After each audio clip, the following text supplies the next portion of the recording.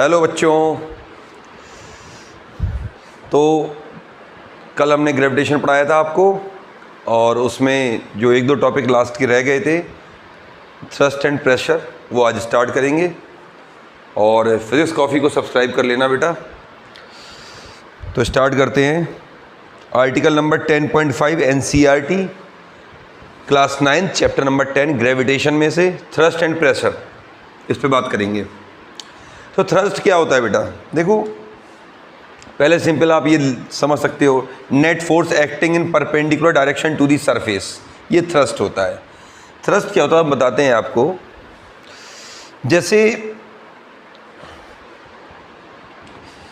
जैसे ये white board है, ये वाइट बोर्ड है, ठीक है ना। तो या वाइट बोर्ड ले लो, या आप ऐसे कह लो कि सपोज़ ये एक प्लैंक है, ये एक वाइट बोर्ड या कोई प्लैंक बना हुआ है ये ब्लैक कलर से। सपोज़ ये कोई प्लैंक है, ये लकड़ी का एक टुकड़ा है, प्लैंक है। और इसके ऊपर मैंने कहा कि ये कोई एक आयरन की रॉड है, इसको आपको कील की तरह ठोक देना है। क्लियर? तो जो फोर्स आप इस पर अप्लाई करेंगे, तो ये जो सरफेस है इसका, इसके परपेंडिकुलर जो फोर्स लग रहा है, that is called thrust.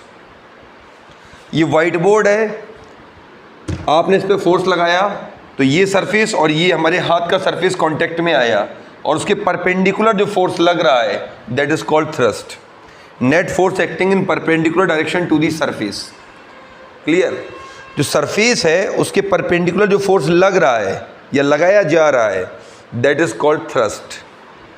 Pressure क्या होता है? प्रेशर होता है फोर्स पर यूनिट एरिया और थ्रस्ट पर यूनिट एरिया। जो फोर्स लग रहा है वो एरिया पे डिपेंड करता है। रीज़न क्या है? सरफेस के एरिया पे। जैसे लकड़ी का एक टुकड़ा है, ये लकड़ी का टुकड़ा है, इस टुकड़े में हमने तुमसे कहा कि ये एक आयरन की सपोज रॉड है, इसको इसमें ठोक दो। अब इसमें कितना भी हथौड़ा मारोगे ये रॉड टेढ़ी हो जाएगी, ये लकड़ी टूट जाएगी, लेकिन इसमें नहीं जाएगी। और हमने कहा पतली सी कील ले आओ, पॉइंटेड हो। ये पतली सी कील है, ये पॉइंटेड है, ये है पॉइंटेड। अब हमने कहा इस पर हथौड़ा मारो, सपोज ये भी आयरन की है, ये इसके अंदर चली जाएगी। रीज़न क्या है? आप थ्रस्ट बराबर लगा रहे हो, जब आप इस पर हथौड़ा मार रहे हो तो थ्रस्ट बराबर लगा रहे हो, लेकिन यहाँ पे सरफेस का एरिया ज़्यादा है और यहाँ पे ये कील है, सरफेस का एरिया कम हो गया, पॉइंटेड एरिया हो गया, बहुत कम हो गया, यहाँ पे सरफेस का एरिया ज़्यादा हो गया।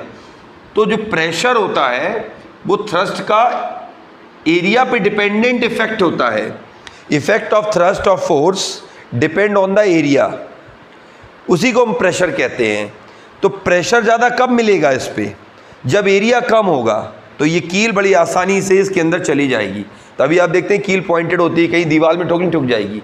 अब इतनी मोटी लोहे की रॉड लाओगे और ठोकते रहोगे, नहीं, टेढ़ी हो जाएगी रॉड, दीवार के अंदर नहीं जाएगी।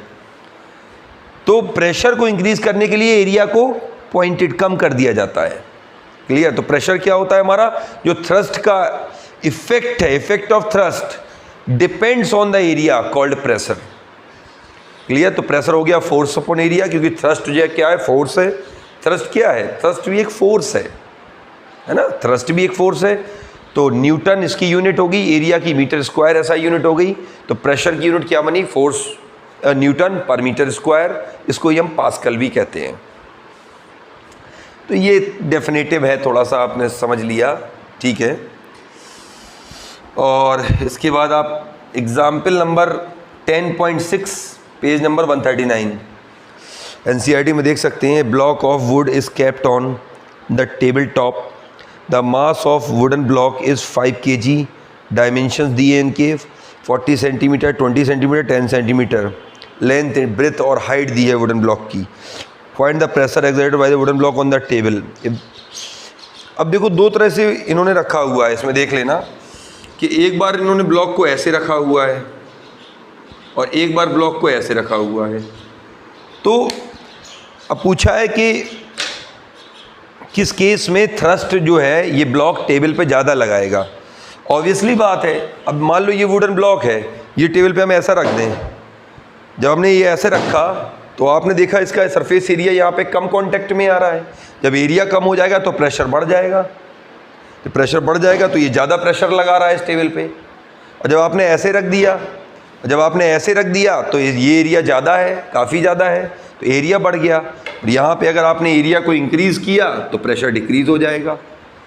तो ये तो छोटा सा न्यूमेरिकल है, और कैलकुलेट करने के लिए क्या है, प्रेशर के फॉर्मूला है, फोर्स अपॉन एरिया लगा दिया, उसमें कुछ नहीं है। तो अगला टॉपिक इसमें आता है आपका pressure in fluids. Pressure in fluids देखिए, कोई भी सॉलिड हो, लिक्विड हो, गैस हो, तो लिक्विड और गैस जो होती हैं उनको कलेक्टिवली हम लोग फ्लूइड्स बोलते हैं। लिक्विड और गैसेस को हम लोग कलेक्टिवली फ्लूइड्स बोलते हैं। अब किसी कंटेनर में, अगर किसी कंटेनर में हमने किसी गैस को फिल किया हुआ है तो वो क्या करेगी, कंटेनर की सारे चारों तरफ जो दीवारें हैं उन पे प्रेशर लगाएगी, उसके ऊपर के ढक्कन पे प्रेशर लगाएगी, और वो गैस उसके बॉटम पे भी प्रेशर लगाएगी। क्लियर। अब जैसे लिक्विड है, अब ग्लास में एक लिक्विड को भर रखा है, किसी वाटर को एक ग्लास में फिल करके रखा है, तो वाटर क्या कर रहा है, ग्लास की चारों तरफ दीवारों पे प्रेशर लगा रहा है और उसके बॉटम पे प्रेशर लगा रहा है। क्योंकि वो लिक्विड है इसलिए ऊपर वो प्रेशर नहीं लगा रहा है, मतलब उसके ऊपर प्रेशर नहीं लगा रहा है, चारों तरफ दीवारों पे प्रेशर लगा रहा है और उसके बॉटम सरफेस पे प्रेशर लगा रहा है। तो fluids exert pressure, gases exert pressure in all directions, और लिक्विड का भी मैंने आपको बता दिया। अब इसमें जो टॉपिक है वो है बोयांसी। बोयांसी को समझेंगे, ये इंपॉर्टेंट भी है।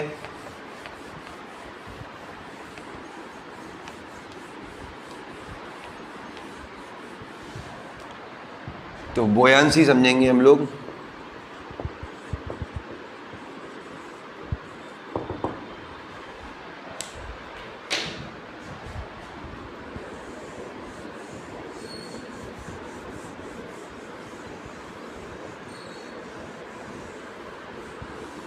देखिए, कोई भी फ्लूइड हो, कोई भी लिक्विड हो, गैस हो, जब उसमें आप कोई ऑब्जेक्ट को पोर्ड करते हैं, डुबाते हैं, तो वो गैसेस या लिक्विड उस पर एक फोर्स अप्लाई करता है, जो कि हमेशा मतलब आप देखेंगे, अगर लिक्विड की बात करेंगे तो अपथ्रस्ट, अपवर्ड डायरेक्शन में लगेगा।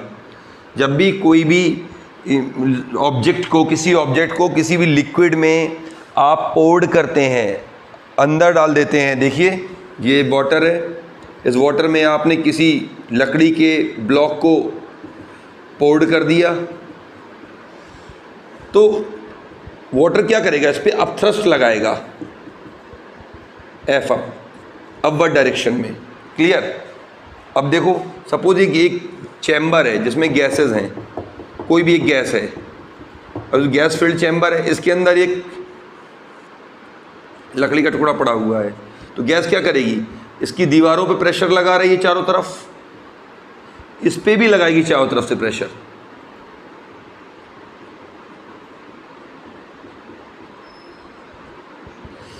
क्लियर। तो all liquid and gases are fluids, all fluids exert thrust if any object poured into it, thrust is in upward direction named upthrust. Liquid में अपवर्ड डायरेक्शन में, तो इसको अपथ्रस्ट बोला जाता है। क्लियर। अब इसको समझेंगे थोड़ा और डीपली। अब लिक्विड की बात करेंगे जो कि आपके सिलेबस में है भी। तो सपोज हमारे पास कोई कंटेनर है और इस कंटेनर में वाटर फील्ड है या कोई भी लिक्विड फील्ड है, वाटर है, ऑयल है, कुछ भी फील्ड है। इसके 3 केस हम लेंगे।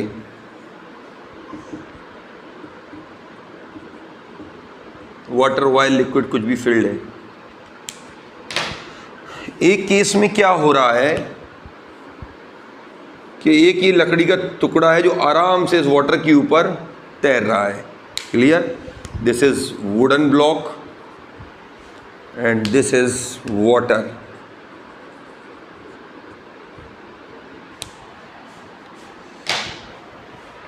तो वुडन ब्लॉक और वाटर। तो आपने देखा कि ये आराम से तैर रहा है, कोई दिक्कत नहीं है इसको। इस केस में अगर हम देखेंगे तो ये तैर रहा है, तो इसका अगर मास m है तो इसका mg डाउनवर्ड लग रहा होगा, और वाटर के द्वारा इस पे जो फोर्स लगाया जा रहा होगा अपथ्रस्ट, वो अपवर्ड लग रहा होगा और आराम से तैर रहा है। सपोज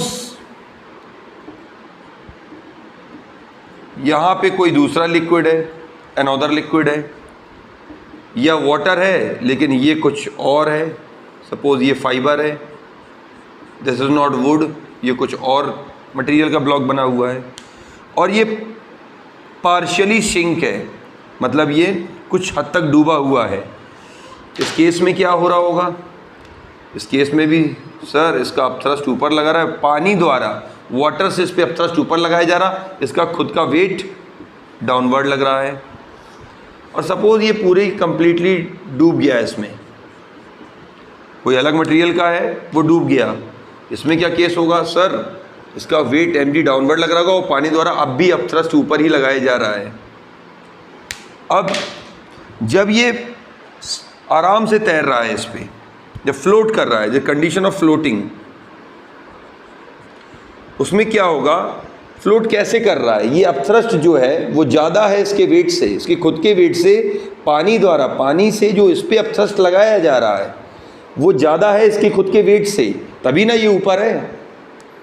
अपथ्रस्ट ने इसको खींच लिया, तो इस केस में क्या होगा?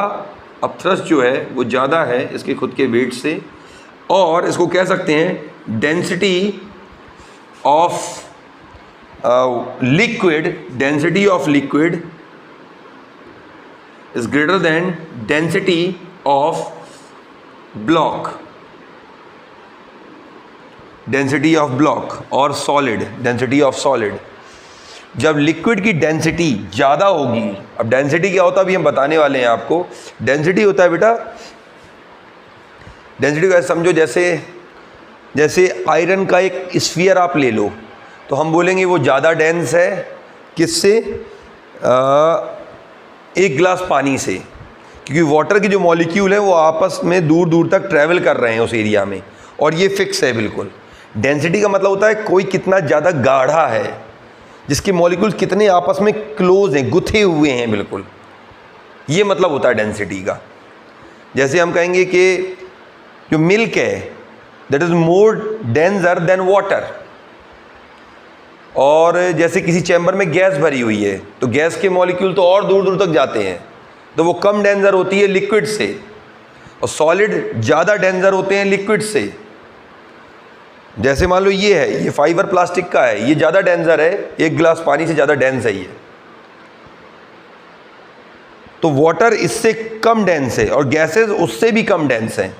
तो किसी भी मॉलिक्यूल एटम से तो सभी बने हुए हैं, जिसके एटम्स जो ज़्यादा क्लोज गुथे हुए होते हैं वो ज़्यादा डेंसर है, जिसके दूर दूर तक ट्रैवल कर रहे हैं, जैसे गैसेस में होता है, लिक्विड्स में भी होता है, तो वो कम डेंसर है। तो यहाँ पे लिक्विड डेंसिटी ब्लॉक से ज़्यादा है, तभी ये तैर रहा है। इस केस में क्या है? ये सिंक होके तैर रहा है, डूबा हुआ है फिर भी तैर रहा है, पूरी तरह बॉटम में आके नहीं बैठ गया। इस केस में क्या हो रहा है? इस केस में मतलब अपथ्रस्ट जो है वो बराबर है इसके वेट के, इक्वल है। तो इस केस में क्या होगा? डेंसिटी ऑफ लिक्विड, डेंसिटी को रो से डिनोट करते हैं बेटा, ये रो है, ये टर्म सीख लो, या डी लिख सकते हो डेंसिटी को आप, हम रो लिखते हैं। Density of liquid rho, Greek letter rho. तो density of liquid is equal to the density of solid. इस केस में पूरा ही डूब गया, मतलब जो mg फोर्स है वो ज़्यादा है अपथ्रस्ट से, मतलब density of solid is greater than density of liquid.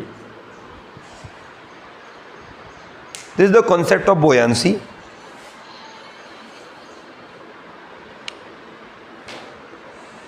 Regularly ठीक से पढ़ो, चीज़ों को सीखो, तेज हो जाओगे फिजिक्स में।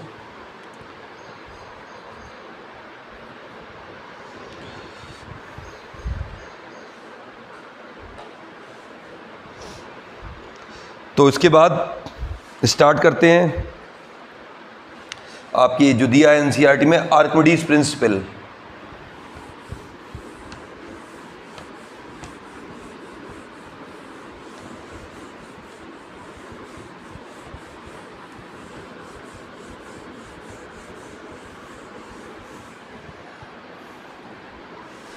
तो आर्किमिडीज प्रिंसिपल क्या होता है? Archimedes principal apostrophe s principle.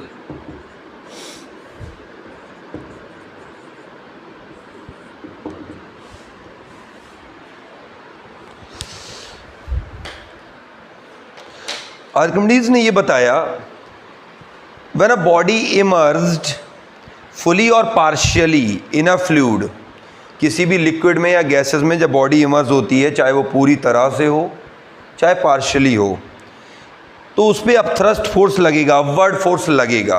Clear? That is equal to the weight of the liquid displaced. ये इन्होंने बताया. That is equal to the weight of the liquid displaced. जितने वजन का लिक्विड उस बॉडी ने हटाया है, जैसे पानी में वुडन ब्लॉक डूबा हुआ है, तो उसके डूबने से, उसके रहने से, वाटर के अंदर रहने से जितने वेट का वाटर हट गया, अपनी जगह से हट गया, उतने ही वेट होता है न्यूटन, वेट होता है फोर्स, उतने ही न्यूटन का फोर्स, अपथ्रस्ट फोर्स वाटर द्वारा उस बॉडी पे, उस ब्लॉक पे लगाया जाएगा. इस बात को समझेंगे और अच्छे से. देखो, इस बात को लिख लें. When a body emerged fully और partially in a fluid,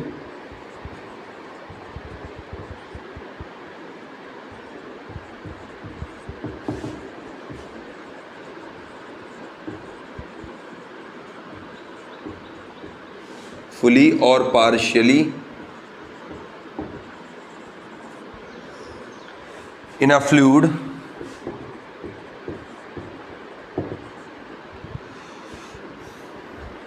it experiences a upward force.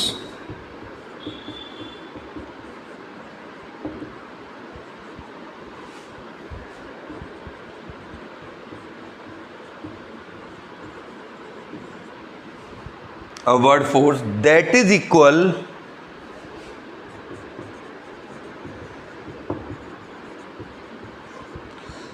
to the weight of the liquid oblique fluid displaced. Suppose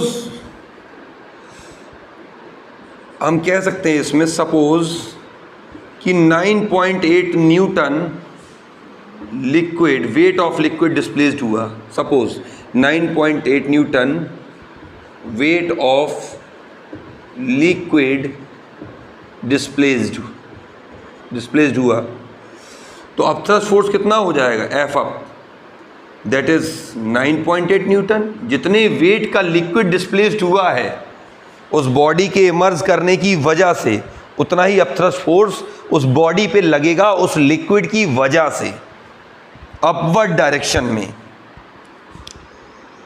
तो वेट ऑफ लिक्विड, तो मास ऑफ लिक्विड निकाल लेंगे, कितना मास लिक्विड डिस्प्लेस हुआ, तो क्या होता है, ये हो गया mg. मास निकालेंगे तो क्या करेंगे, वेट है उसको g से डिवाइड कर देंगे, तो अपने आप मास निकल आएगा. जब मास होता है तो वेट बनाने के लिए g से मल्टीप्लाई कर देते हैं, mg हो जाता है. अब वेट पहले ही से है, फोर्स पहले ही से है, उसको g से डिवाइड करेंगे तो मास निकल आएगा. तो g से जैसे डिवाइड करेंगे तो क्या हो जाएगा, ये 9.8 अपॉन 9.8. क्लियर?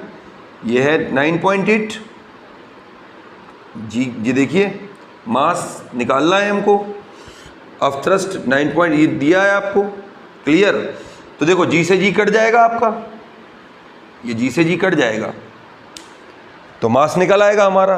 अब ये mg क्या है, पूरा दिया है. देखो ये जो mg है ये वेट पूरा दिया है, कितना दिया है 9.8. तो 9.8 और g की वैल्यू क्या होती है 9.8. क्लियर? ये जो mg है ये यही तो पूरा दिया है हमको, एफ अपथ्रस्ट फोर्स mg तो दिया है. ये कितना दिया है 9.8. इसकी जगह क्या रखेंगे 9.8 अपॉन जी की वैल्यू 9.8 क्या आ गया 1 kg, that is 1 kg. Clear? ये क्या निकाला हमने, मास. क्लियर? ये क्या निकाला, मास. अपथ्रस्ट पता था, मास निकाला हमने, that is mg by g, that is this. ये क्या है, वेट. ये वेट है. वेट को जी से डिवाइड करेंगे तो निकल आएगा। वेट कितना दिया 9.8 upon 9.8 1 kg mass. 1 kg mass of liquid displaced हुआ, वाटर डिस्प्लेस्ड हुआ, 1 kg मास का वाटर डिस्प्लेस्ड हुआ। तो आर्गुमेंट प्रिंसिपल का मतलब यही है कि जितने वेट का, मास का नहीं, मास तो निकाल लिया हमने बाद में, जितने वेट का लिक्विड डिस्प्लेस होगा उतने ही न्यूटन का थ्रस्ट फोर्स उस लिक्विड द्वारा उस बॉडी पे लगाया जाएगा, ऑब्जेक्ट पे लगाया जाएगा। अगला टॉपिक है रिलेटिव डेंसिटी। एनसीईआरटी का आपका लास्ट टॉपिक है रिलेटिव डेंसिटी। तो आप डेंसिटी ऑफ वाटर जान लो पहले।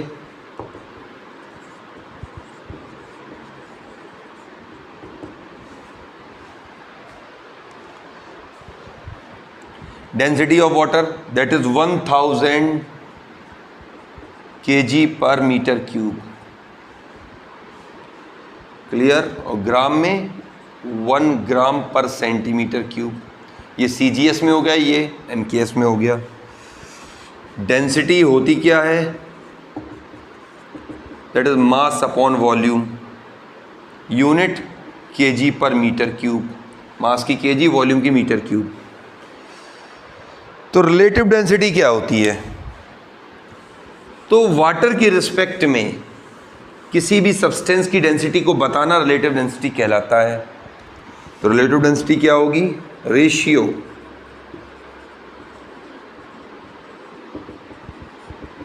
Density of water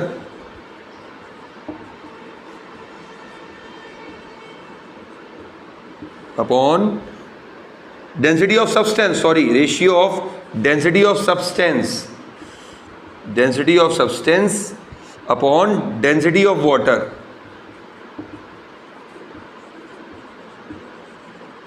density of water, इनका जो रेशियो है, इस रेशियो को कहते हैं रिलेटिव डेंसिटी। इसकी क्या यूनिट होगी, नो यूनिट। क्यों, क्योंकि ये रेशियो है, ऊपर भी डेंसिटी नीचे भी डेंसिटी, यूनिट से यूनिट कैंसिल आउट।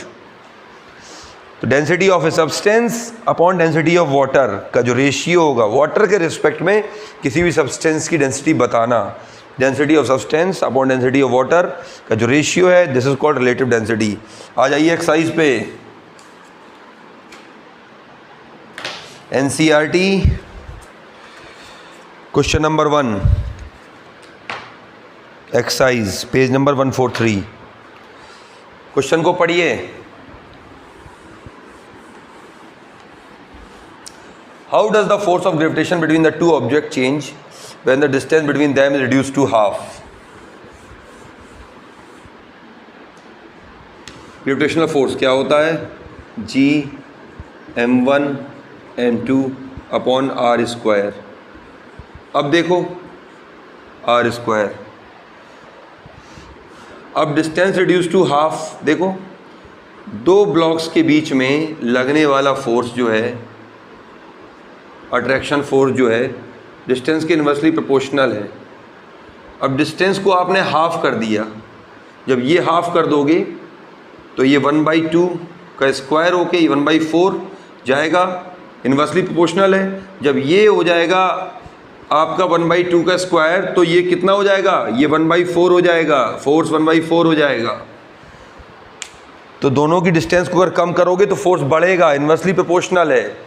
डिस्टेंस को आधा किया तो फोर्स इंक्रीज कर जाएगा, 4 गुना बढ़ जाएगा, नॉट 1/4, ये 4 टाइम्स मल्टीप्लाई हो जाएगा, फोर्स 4 टाइम्स इंक्रीज कर जाएगा। Clear.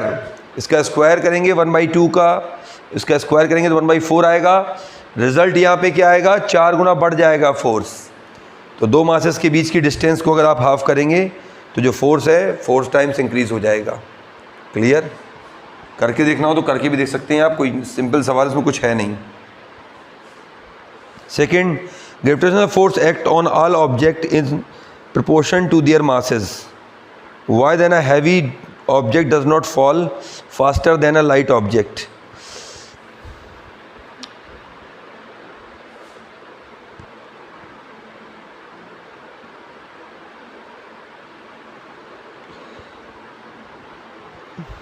Why heavy object does not fall faster than the light object? देखिए जो मोशन है जो गिरने का इसमें बताया है, जब कोई चीज़ गिरती है तो एक वेलोसिटी से आती है नीचे, वो इनिशियल वेलोसिटी जब जीरो होगी, ड्रॉप होगी, तो बाद में बढ़ेगी उसकी वेलोसिटी। तो वो एक्सेलरेशन ड्यू टू ग्रेविटी पे डिपेंड करता है जी, और जी सबके लिए बराबर होता है, चाहे हैवी ऑब्जेक्ट हो और चाहे वो आपका लाइट ऑब्जेक्ट हो। तो फोर्स ऑफ अट्रैक्शन पे डिपेंड नहीं करता है, जब कोई चीज़ गिर रही है एक्सेलरेशन पे डिपेंड करता है, वो सबके लिए सेम है, वो मास पे डिपेंड नहीं करता है, पढ़ा चुके हैं। What is the magnitude of the gravitational force between the earth 1 kg object on its surface? तो निकाल लो, थर्ड वाला क्वेश्चन। अर्थ के सरफेस पे कोई ऑब्जेक्ट पड़ा हुआ है और आपको बताना है, तो ग्रेविटेशनल फोर्स बता देंगे। तो मास ऑफ अर्थ दिया ही है आपको, M E mass of earth कितना दिया है, 6 × 10⁻24 kg, ये मास ऑफ अर्थ है। रेडियस ऑफ अर्थ दिया है आपको आर ई, कितना दिया, 6.4 × 10⁶ मीटर, ये रेडियस ऑफ अर्थ गिवन है। ये अर्थ सरफेस है, इस पर एक मास पड़ा है 1 kg का, रेडियस दी है सेंटर से, आपको फोर्स निकालना है, F = G MEM/RE² लगेगा फॉर्मूला, इसमें कुछ है ही नहीं। जी की वैल्यू पता है आपको, मास मालूम है, ये 1 kg दिया ही है, RE दिया ही है, सॉल्व करो, न्यूटन में वैल्यू निकालो, आंसर। फिफ्थ क्वेश्चन है द मून, फोर्थ क्वेश्चन है the earth and moon are attracted to each other by gravitational force, does the earth attract the moon with a force greater than और smaller than the same force with the moon. जितने force से earth moon को attract कर रही है, उतने ही force से earth moon को अट्रैक्ट करेगा और मून अर्थ को अट्रैक्ट करेगा, सेम फोर्स से। एक्शन रिएक्शन रहेगा, ना ज़्यादा ना कम, सेम फोर्स। फिफ्थ है if moon attract the earth why does the earth not move toward the moon. Moon attract the earth, अरे ये अर्थ है और अर्थ के अराउंड मून चल रहा है ये अपना। अब इनमें अट्रैक्शन फोर्स तो है ही है, लेकिन ये साथ में रोटेशनल मोशन भी है इसके around. Centripetal force attraction force से ये बंधा हुआ है और वेलोसिटी वेक्टर परमानेंटली चेंज होते जा रहे हैं। क्लियर? अगर आप इसके रेफरेंस में आके इस बैठ के देखेंगे तो आप देखेंगे सेंट्रीफ्यूगल फोर्स से ये बैलेंस है, सेंटर के अबाउट एंगुलर मोमेंटम कंजर्व है, इसलिए कंटिन्यू ऑर्बिट कर रहा है। तो कल बता ही दिया था मैंने कि इसकी डिस्प्लेसमेंट और या डिस्टेंस और वेलोसिटी का मिक्स जो रेशियो है वो कुछ ऐसे तालमेल बना के रखा हुआ है कि ये कंटिन्यू टू रोटेट। क्लियर? ये हमने कल भी बताया था। Sixth question, what happens to the force between two object if the mass of one object is double. अरे ऑब्वियसली दो ऑब्जेक्ट हैं और ये हमारा फॉर्मूला है m1 m2/r², और r इनके बीच की दूरी है सेंटर से सेंटर, और ये ऑब्जेक्ट m1 है, ये ऑब्जेक्ट m2 है। क्वेश्चन नंबर 6, क्वेश्चन नंबर 6 में मास of one object is double. अरे मास एक ऑब्जेक्ट का अगर डबल करोगे तो फोर्स डबल हो जाएगा क्लियरली, बाकी सब सेम रहेगा। The distance between the object is double and tripled. अब डिस्टेंस डबल कर दोगे, अब डिस्टेंस डबल करोगे तो उसका स्क्वायर है, तो फोर्स 1/4 टाइम हो जाएगा, फोर्स 1/4 टाइम रिड्यूस हो जाएगा। क्लियर? और ट्रिपल तो 1/9 टाइम्स, अगर ट्रिपल किया तो 1/9 टाइम्स फोर्स हो जाएगा, रिड्यूस हो जाएगा। Third part, the mass of both object are double. हाँ, मास ऑफ बोथ, इसका भी डबल कर दो, इसका भी डबल कर दो, तो फोर्स क्या हो जाएगा, 4 टाइम्स इंक्रीज कर जाएगा, फोर्स 4 टाइम इंक्रीज कर जाएगा। What the importance of universal of gravitation पढ़ा चुके हैं। What is the acceleration of free fall, g. Acceleration of free fall क्या होता है, जी, दैट इज 9.8 मीटर/सेकंड² पढ़ा चुके हैं। What do we call the gravitational force between the earth and the object, सब पढ़ा चुके हैं। हाँ, क्वेश्चन नंबर 10 देखिए, ये दो दोस्तों की कहानी है, अच्छा क्वेश्चन है, थोड़ा सा अच्छा है, बहुत अच्छा तो नहीं है। क्वेश्चन नंबर 10 देखिए, Amit buys few gram of gold at the poles as per instruction.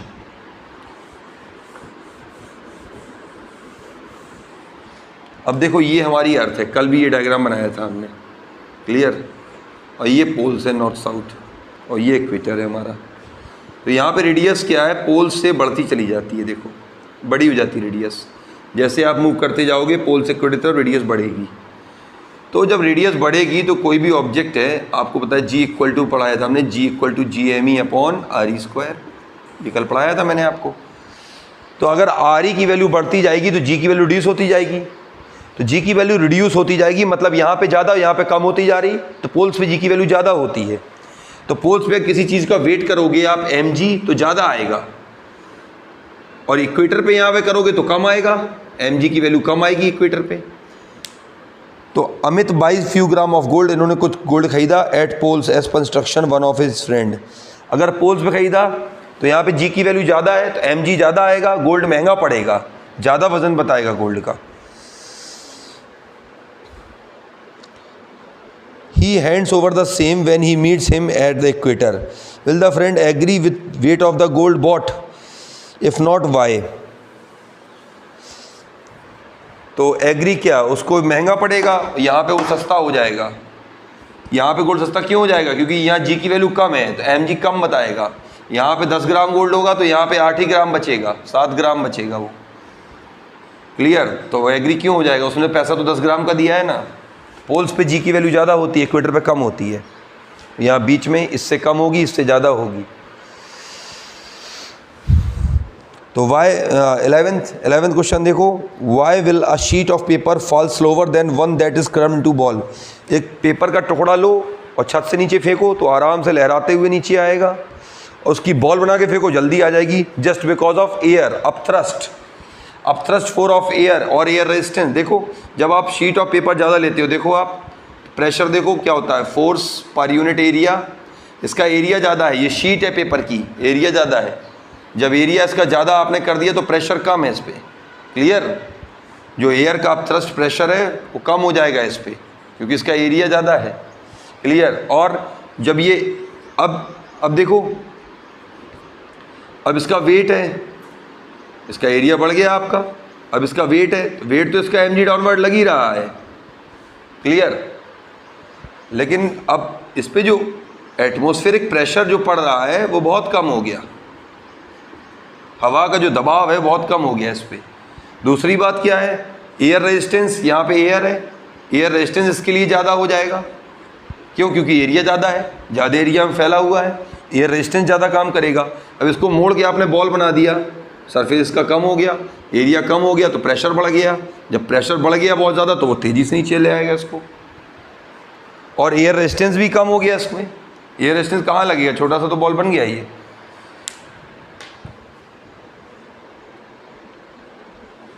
इन दोनों ही केस में एम जी तो बराबर है, इसका एम जी भी डाउनवर्ड, इसका एम जी भी डाउनवर्ड है, लेकिन साथ साथ क्या है, इसका एरिया ज़्यादा है ना। क्लियर? तो इस पर प्रेशर कम पड़ रहा है तो ये आराम से लहराते हुए नीचे आएगा।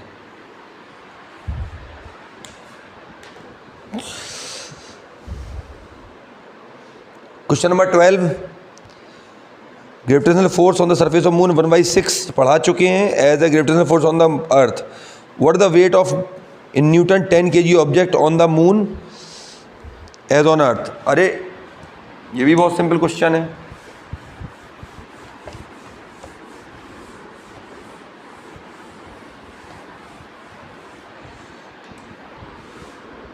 टेन kg ऑब्जेक्ट है, पहले 10 kg ऑब्जेक्ट है तो इसका वेट निकालो ऑन अर्थ, तो mg कर देंगे, दैट इज m हो गया 10 और g की वैल्यू होती है 9.8, कितना हो गया 98 न्यूटन ऑन अर्थ। मून पे निकालना है तो मून पे कितना होता है 1/6 ऑफ अर्थ, पढ़ा चुके हैं, तो कितना हो जाएगा 98/6 न्यूटन। सॉल्व कर लो। Question number 13, straight line motion का सवाल है ये, बिल्कुल कुछ नहीं है इसमें, 13 में पढ़ा चुके हैं ये भी हम। A ball is thrown vertically upward with velocity, एक बॉल है इसको ऊपर की तरफ फेंका, इनिशियल वेलोसिटी दी गई है 49 मीटर पर सेकंड से। Calculate the maximum height to which it rise, कितना ऊपर तक जाके ये दोबारा लौटेगी, तो मैक्सिमम हाइट h मान लो। ऑब्वियसली जब ये ऊपर टॉप पॉइंट पहुंचेगी तो इंस्टेंटली रेस्ट में आएगी और फिर अपने पाथ को रिट्रेस करेगी, इंस्टेंटली रेस्ट में आएगी मतलब उस समय इसकी फाइनल वेलोसिटी जीरो होगी और फिर ये पलट जाएगी। लगा दो third equation of motion, that is v square is equal to u square, और जी डाउनवर्ड एक्सेलरेशन, डाउनवर्ड है, मोशन की अपोजिट डायरेक्शन में एक्सेलरेशन है, इसको रिटार्डेशन देगा, ब्रेकिंग कंडीशन जैसा माहौल बनेगा, माइनस का 2gh, ये ज़ीरो हो गया, that is u square is equal to 2gh। अब यहाँ से h निकालना है, h इक्वल टू क्या हो जाएगा, you square upon 2g, you कितना दिया है दैट इज़ 49 का स्क्वायर अपॉन 2 इंटू जी की वैल्यू 9.3 रखो, सॉल्व करो, मीटर में हाइट ले लो। टाइम भी पूछा है सेकंड पार्ट में इसमें, the total time it takes to return to the surface of the earth. अब कितने टाइम में इसकी वेलोसिटी जीरो हो गई ये निकाल लो, यहाँ से यहाँ तक का टाइम निकाल लो t, और फिर जितना टाइम जाने का उतना ही टाइम आने का, तो फाइनल वेलोसिटी जीरो हुई है तो फर्स्ट इक्वेशन ऑफ मोशन लगा दो सेकंड पार्ट में। फर्स्ट इक्वेशन ऑफ मोशन क्या होगा, that is v is equal to u minus का gt, रिटार्डेशन का केस है, पढ़ा चुके हैं स्ट्रेट लाइन मोशन में, दैट इज ये तो जीरो हो रहा है तो u is equal to g t, तो t इक्वल टू क्या हो जाएगा u बाई जी, क्लियर। तो u बाई जी, तो u कितना दिया है दैट इज 49 अपॉन 9.8 से टाइम आ जाएगा, तो ये जो भी टाइम आएगा आपका, तो t जितना टाइम जाने में उतना ही टाइम आने में, क्लियर। तो final total time to reach the surface कितना हो जाएगा दैट 2 मल्टीप्लाई बाई t। अब ये t निकाल के यहाँ पुट करके टोटल टाइम निकाल लेना, दिस इज टोटल टाइम। हल्के सवाल हैं, कुछ है नहीं इनमें, जल्दी जल्दी करते जाओ।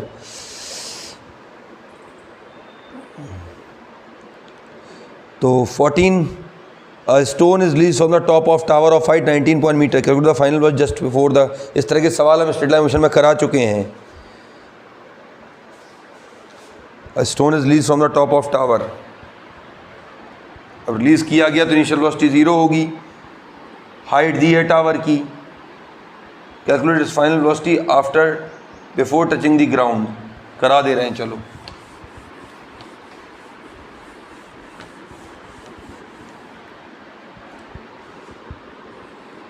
टावर की हाइट दे रखी है कितना 19.6, स्टोन को रिलीज किया गया, इनिशियल वेलोसिटी जीरो है, ड्रॉपिंग कंडीशन में, इनिशियल कंडीशन में इनिशियल वेलोसिटी जीरो होती है, हिट करने के पहले उसकी वेलोसिटी कितनी होगी ये बताना है आपको, v वेलोसिटी बतानी है।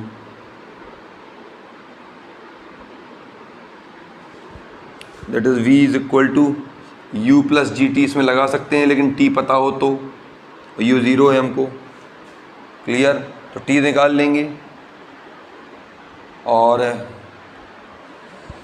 थर्ड इक्वेशन ऑफ मोशन लगाएंगे इसमें हम लोग, that is v square equal to u square plus का 2gh, और ये एक्सेलरेट कर रहा है तो प्लस साइन आएगा, तो फाइनल वेलोसिटी निकाल लेंगे हम, v square equal to 2 into 9.8 into, या 10 लेना और 10 ले लो, जी h दिया है 19.6, तो यहीं से भी निकल आएगा हमारा v क्या हो जाएगा, हटा के इस पर रूट आ जाएगा, सॉल्व कर लो इसको, कितने मीटर पर सेकंड आ जाएगा ये।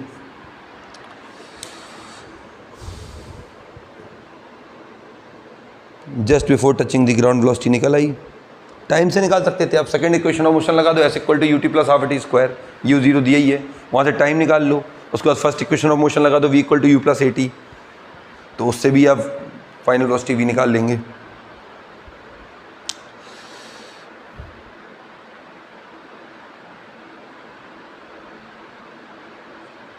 Fifteen question, a stone is thrown vertically upward, question number 15।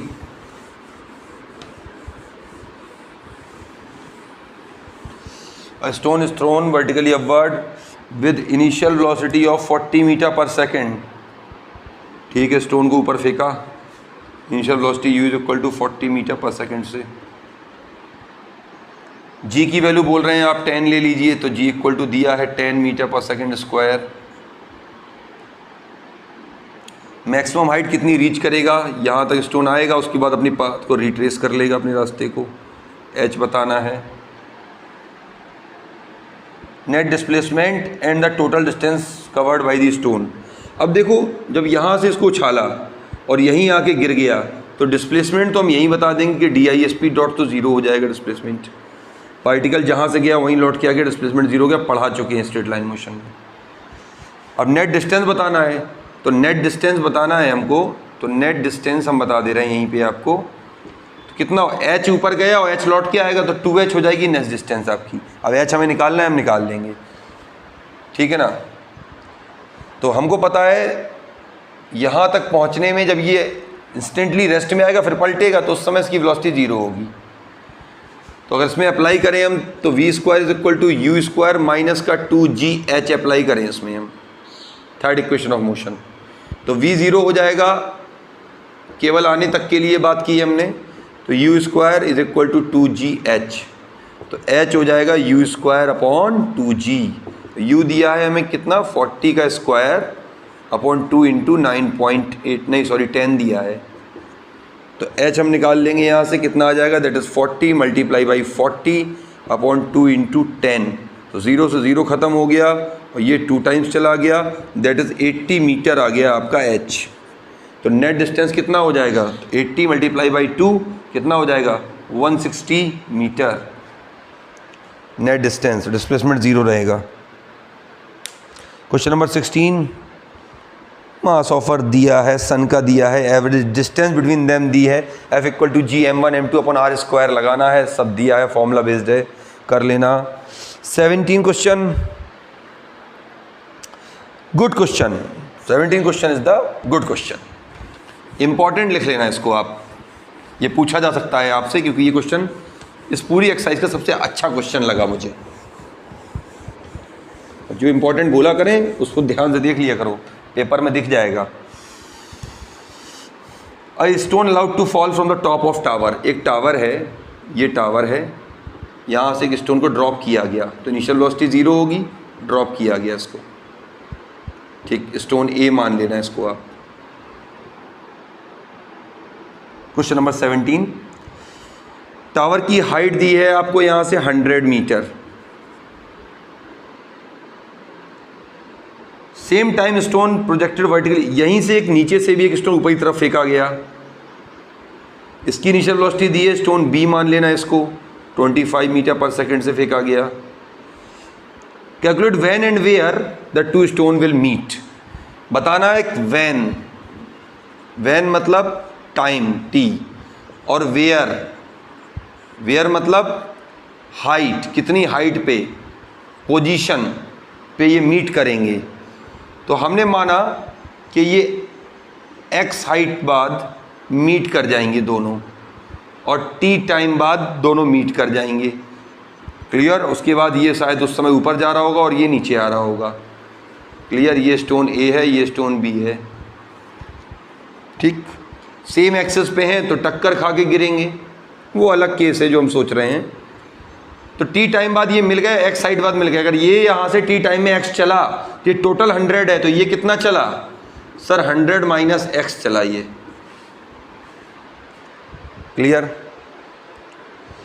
तो फर्स्ट इक्वेशन हम लिखेंगे नीचे, स्टोन A के लिए हम इक्वेशन लिखेंगे, that is second equation, x is equal to ut minus का हाफ gt स्क्वायर। क्यों, क्योंकि इसके लिए जो g एक्सेलरेशन है वो रिटार्डेशन का काम कर रहा है, इसकी वेलोसिटी घटा रहा है, इसको बढ़ा रहा है, इसके लिए प्लस लिखेंगे, क्लियर। तो u की वैल्यू रख दो, तो x इक्वल टू कितना हो जाएगा, that is 25 into t minus का half gt square, first equation. ऐसी स्टोन B के लिए हम सेकेंड इक्वेशन ऑफ मोशन लगाएंगे, ये स्टोन B के लिए तो लगा दिया हमने, स्टोन B के लिए लगाया हमने, वो x चला, नीचे से ऊपर की तरफ B stone, second equation of motion लगा दी। अब स्टोन A के लिए लगाएंगे, ऊपर वाला देखो स्टोन, इसके लिए लगाएंगे, तो ये कितना चला, उतना ही टाइम में ये 100 माइनस x चला, दैट इज 0 प्लस का हाफ ut, u 0 है, g t square t time में मिले, जितना t टाइम में ये x चला उतने में ये 100 माइनस x चल जाए, तो ये मीट कर जाएंगे। तो ये सेकेंड इक्वेशन हो गई। अगर हम फर्स्ट और सेकेंड को ऐड कर दें, एडिंग फर्स्ट प्लस सेकेंड, तो जैसे ही ऐड करेंगे तो प्लस का gt square half gt square minus का half gt square cancel out, clear. और ये प्लस का x और माइनस का x कैंसिल आउट, तो क्या बचेगा, इस तरफ बचेगा 100 इज इक्वल टू, इस तरफ क्या बचेगा 25t, तो टाइम निकला है कितना 4 सेकेंड। तो वैन आ गया 4 सेकेंड बाद ये मीट करेंगे। और वेयर, तो x की वैल्यू निकालनी है हमें, x की वैल्यू निकालेंगे तो ये इक्वेशन फर्स्ट को दोबारा उठाओ, x is equal to 25t minus का half GT square, that is 25 into 4 minus का हाफ G10 ले लेना इंटू टी स्क्वायर, टी मतलब 4 का स्क्वायर। इसको सॉल्व कर लो, x इक्वल टू कितना आ जाएगा, दैट इज 100 माइनस का 5 बचाइए, ये हो गया 16। क्लियर, ये हो गया आपका 16। ठीक है, तो ये t x इक्वल टू क्या आ गया 20 metre. 20 metre from ground, x यहाँ से नापा था ग्राउंड से, from ground they will meet, तो वेयर 20 मीटर फ्रॉम ग्राउंड लिख लेना, फ्रॉम ग्राउंड। क्लियर,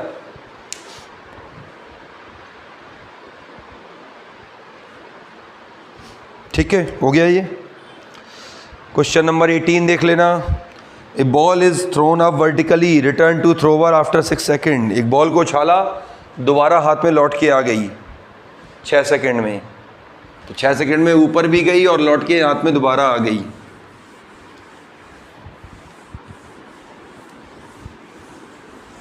इसमें आधे से ज़्यादा सवाल तो स्ट्रेट लाइन मोशन के घुसे हुए हैं ग्रेविटेशन में। ठीक है, गई और लौट के आ गई, मतलब जाने का टाइम 3 सेकेंड प्लस आने का टाइम 3 सेकेंड और जी डाउनवर्ड।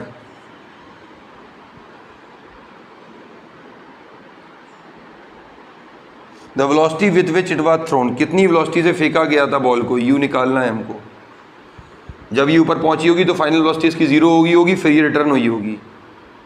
तो 3 सेकंड में ऊपर पहुंची है, 3 सेकंड में लौट के आई है। जितना टाइम जाने का लगता है उतना ही आने का लगता है, तभी टोटल 6 सेकंड दिया गया है। क्लियर, तो 3 सेकंड में पहुंची तो वेलोसिटी 0 हुई इसकी, तो final velocity v is equal to u, first equation of motion लगा रहे हैं, माइनस, क्यों, क्योंकि एक्सेलरेशन जो है डाउनवर्ड डायरेक्शन में, वेलोसिटी अपवर्ड डायरेक्शन में है, रिटार्डेशन का केस है, u माइनस gt। तो ये तो 0 है, जाने वाले केस के लिए देख रहे हैं, केवल जाने वाला केस देख रहे हैं, तो u equal to gt। Clear, तो हमें t पता है 3 सेकेंड, u हमें निकालना है। क्लियर, g को आप 10 ले लेना, g equal to 10 metre per second square ले लिया हम लोगों ने, दैट इज़ 10 मल्टीप्लाई बाई 3, मतलब 30 मीटर पर सेकेंड से उछाला था, u निकल आया हमारा। मैक्सिमम हाइट इट रीचेस, ये बताना है कितनी हाइट तक ये जाएगा। क्लियर, तो फाइनल वेलोसिटी 0 हो रही है, थर्ड इक्वेशन ऑफ मोशन लगा देंगे, तो v square equal to u square minus का 2gh निकालना है हमको, ये 0 हो रहा है, तो यू स्क्वायर अपॉन 2g लगा देंगे तो h निकल आएगा डायरेक्ट, h हो जाएगा you square upon 2g। u कितना दिया है, u निकाल चुके हैं, दैट इज़ 30 इंटू 30, 30 का square, you square upon 2 into 10g ले लिया, तो h निकल आएगा हमारा। तो ये तो 0 चला गया और ये हो गया 15 और 15 3 जा 45, that is 45 metre. Third part, its position after 4 second, पूछा गया 4 सेकेंड बाद ये कहाँ होगा। ऑब्वियसली यहाँ से गया, यहाँ रुका 3 सेकेंड बाद, और 4 सेकेंड बाद यहाँ कहाँ होगा। क्लियर, मतलब 3 सेकेंड जाने में लगे और 1 सेकेंड ऊपर से और काउंट कर लें हम। 3 सेकेंड बाद तो हमें पता है कि यहाँ पे है, जहाँ से ये इंस्टेंटली रेस्ट में आया और फिर पलटा, और 1 सेकेंड बाद कहाँ है तो ये हम निकाल लें। तो 1 सेकेंड में इसने कितनी दूरी तय करी ये निकाल लें हम, ये इतना x निकाल लें हम 1 सेकेंड में यहाँ से। और जब यहाँ से ये, अगर ये मोशन हम देखेंगे तो जब इंस्टेंटली रेस्ट में आया, तो इस केस के लिए हम क्या करेंगे, u इक्वल टू 0 ले लेंगे और 1 सेकेंड टाइम ले लेंगे, 1 सेकेंड में कितना ट्रैवल किया ये निकाल लेंगे हम। और g हमें पता ही है कि डाउनवर्ड डायरेक्शन में है, और g equal to 10 metre per second square लेना ही है हमको। तो उस 1 सेकेंड में कितना और चला, 3 तक का तो हमें पता ही है, तो x निकाल लेंगे, x equal to ut 0 plus का हाफ gt स्क्वायर, तो x इक्वल टू कितना होगा, हाफ इंटू जी की वैल्यू 10 ले लेना, और टाइम कितना लेना है हमको, टाइम हमें लेना है 1 सेकेंड, तो 1 का स्क्वायर 1 हो जाएगा। x इक्वल टू कितना आ गया, 5 मीटर, ये आ गया 5 मीटर। क्लियर। तो 1 सेकेंड यहाँ से जोड़ा, जब ये यहाँ से ऊपर गया और फिर लौटा, तो 1 सेकेंड बाद ये 5 मीटर ट्रेवल कर चुका होगा। क्लियर। तो सवाल है, पूछा है पोजीशन आफ्टर 4 सेकेंड, तो हम लोग बोलेंगे after 4 second, after 4 second the position of the object और ball is 5 metre from maximum height. Position ये बोल दो, या मैक्सिमम हाइट आई है तुम्हारी 45, तो ये 5 है, तो बचा हुआ कितना हो जाएगा, 40, बचा हुआ 40 हो जाएगा, तभी तो पूरा 45 आया था ये। तो हम ये भी लिख सकते हैं that is 40 metre from ground, और अच्छा लगेगा लिखने में, 40 मीटर फ्रॉम ग्राउंड, क्योंकि ऊपर से 5 मीटर आया तो यहाँ से 40, क्योंकि टोटल 45 मीटर है। 19 क्वेश्चन देख लेना। In what direction does the buoyant force of an object emerge in liquid act. Upward direction, अभी हाल पढ़ाया। क्वेश्चन नंबर 20 देख लेना। Why does a block of plastic release under water come up the surface of the water due to the upthrust force, buoyant force की वजह से, कि plastic का ब्लॉक तुम दबाओगे पानी में, छोड़ोगे, उभरते हुए बाहर आएगा, due to the upthrust force और बुओयंट फोर्स, क्योंकि अपवर्ड डायरेक्शन में लग रहा है। क्यों लग रहा है, वेट ऑफ लिक्विड, जितना भी वेट ऑफ लिक्विड डिस्प्लेस करेगा वो ब्लॉक, उतना ही न्यूटन का फोर्स वाटर द्वारा, पानी द्वारा उस पर लगाया जाएगा अपवर्ड डायरेक्शन में। Question number 21, second last numerical.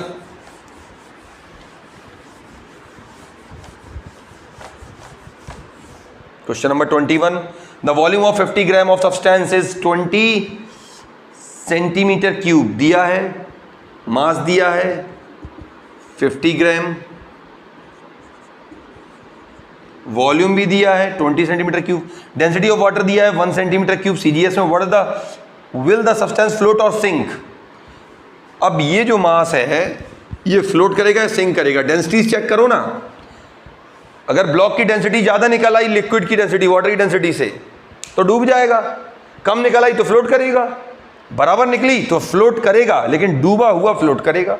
अभी हाल ये केस पढ़ाया इसी लेक्चर में हमने, आज ही के लेक्चर में पढ़ाया हमने ये।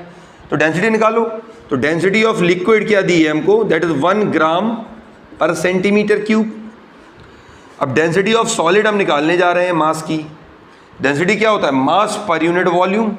मास कितना दिया है 50 ग्राम, वॉल्यूम कितना दिया है 20 सेंटीमीटर क्यूब। क्लियर। तो ये हो गया 5/2, 2.5 ग्राम पर सेंटीमीटर क्यूब। तो ऑब्वियसली दिख रहा है कि सॉलिड की डेंसिटी ज्यादा आ रही है लिक्विड की डेंसिटी से। The density of solid is greater than liquid density of liquid. तो अगर ऐसा आएगा, the object will sink, the block will sink. Last question 22 question, the volume of 500 sealed packet is 500 gram दिया है, 350 centimetre cube इसका volume दिया है। ये पैकेट फ्लोट करेगा, सिंक कर जाएगा, डूब जाएगा। वाटर की डेंसिटी दी है, कितने मास का वाटर डिस्प्लेस करेगा ये भी बताना है। पहले सिंक देख लेते हैं इसका। तो इसकी डेंसिटी निकालो, डेंसिटी ऑफ सॉलिड निकालो, that is mass per unit volume, that is mass upon volume, पढ़ा चुके हैं। That is 500 gram upon 350। Clear. Gram per centimetre cube, क्योंकि जब ग्राम और सेंटीमीटर क्यूब में दिया ही है तो हम इसी में खेल जाएं, क्यों हम केजी और मीटर क्यूब में कन्वर्ट करें, सेम यूनिट में कन्वर्ट हम कंपेयर कर लेंगे। तो ये कितना हो गया, that is 5/10/7 gram per centimetre cube.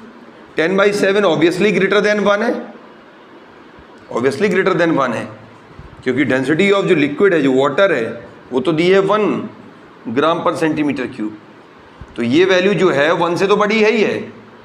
जब 1 से बड़ी है तो डेंसिटी ऑफ जो सॉलिड है, तो density of solid greater than density of water, ज़्यादा आ गई तो ये क्या हो जाएगा, डूब जाएगा, सिंक कर जाएगा।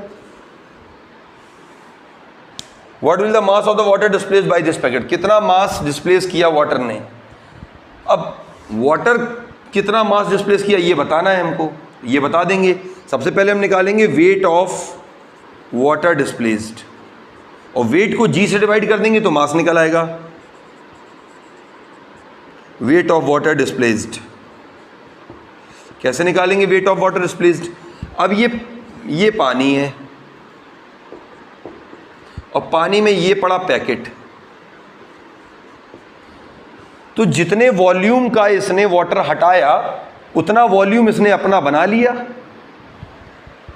भाई ये सपोज 100 वॉल्यूम का है तो 100 वॉल्यूम का ये अपना बना लेगा, उतने एरिया से वाटर हटा देगा, क्योंकि वो अपनी जगह भी तो बनाएगा पानी के अंदर। तो वेट ऑफ वाटर डिस्प्लेस अगर बताना है, क्लियर, तो हम कैसे बताएंगे वेट ऑफ वाटर। चलो मास निकालते हैं, मास ऑफ वाटर डिस्प्लेस।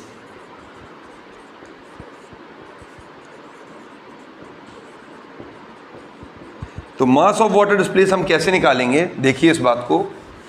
पहले हम ये देखेंगे कोई भी चीज़ अगर डूबी हुई है तो वो जितना वॉल्यूम डूबा हुआ है, सपोज ये है, ये अगर पानी में डूबेगा तो इतने एरिया या इतने वॉल्यूम से ये पानी को हटा देगा और अपनी जगह बना लेगा पानी में, क्लियर। तो जितना इसका वॉल्यूम होगा उतना ही वॉल्यूम का पानी हट जाएगा, that is volume of solid, clear. हमें पता है डेंसिटी होता है मास अपॉन वॉल्यूम, तो मास क्या होगा, डेंसिटी इनटू वॉल्यूम। तो volume of solid is equal to the volume of water displaced. ये क्या है, वॉल्यूम ऑफ वाटर डिस्प्लेस्ड।